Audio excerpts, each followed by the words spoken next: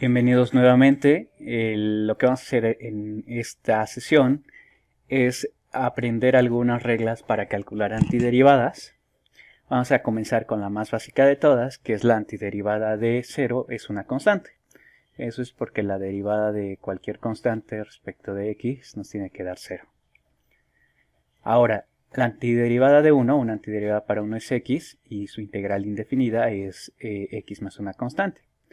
Esto es porque al derivar x más e, tenemos que calcular la derivada de x respecto de x, más la derivada de la constante.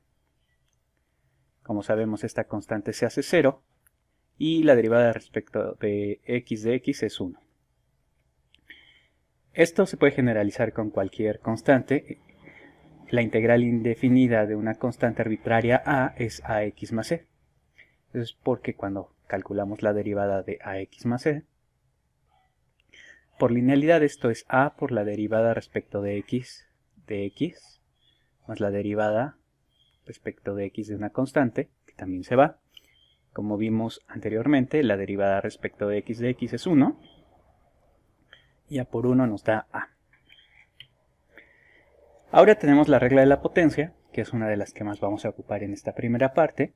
Podemos primero sacar la constante 1 sobre r más 1 y multiplicarla por la derivada de x a la r más 1. Como sabemos del cálculo diferencial, la derivada de esta expresión sería r más 1 por x a la r más 1 menos 1. Estos dos 1 se cancelan en el sentido de suma y estas expresiones se cancelan en el sentido de multiplicación, de donde solo obtenemos x a la r. Si r fuera igual con menos 1, entonces estaríamos tratando de integrar x a la menos 1 respecto de x. Observemos que esta fórmula no nos va a funcionar. Al tratar de sustituir r, obtendríamos esta expresión, que simplificada nos daría x a la 0 sobre d 0, de donde esto se indetermina. Bien, nuestra siguiente regla nos dice cómo calcular la antiderivada de a por f. En este caso, si nosotros tenemos la derivada de af mayúscula más e, esto debería ser igual a por la derivada respecto de x de f mayúscula más la derivada respecto de x de la constante c. Esta c se va, y por la notación que hemos estado ocupando, esta derivada se puede escribir como f minúscula, de donde obtenemos la regla 5.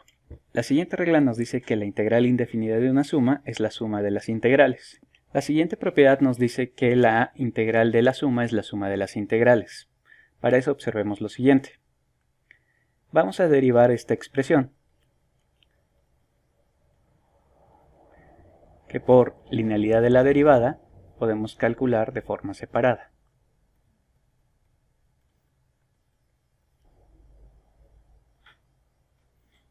Ahora bien, recordemos que la integral indefinida se puede escribir como una antiderivada más una constante arbitraria de integración. Llamémosle constante 1.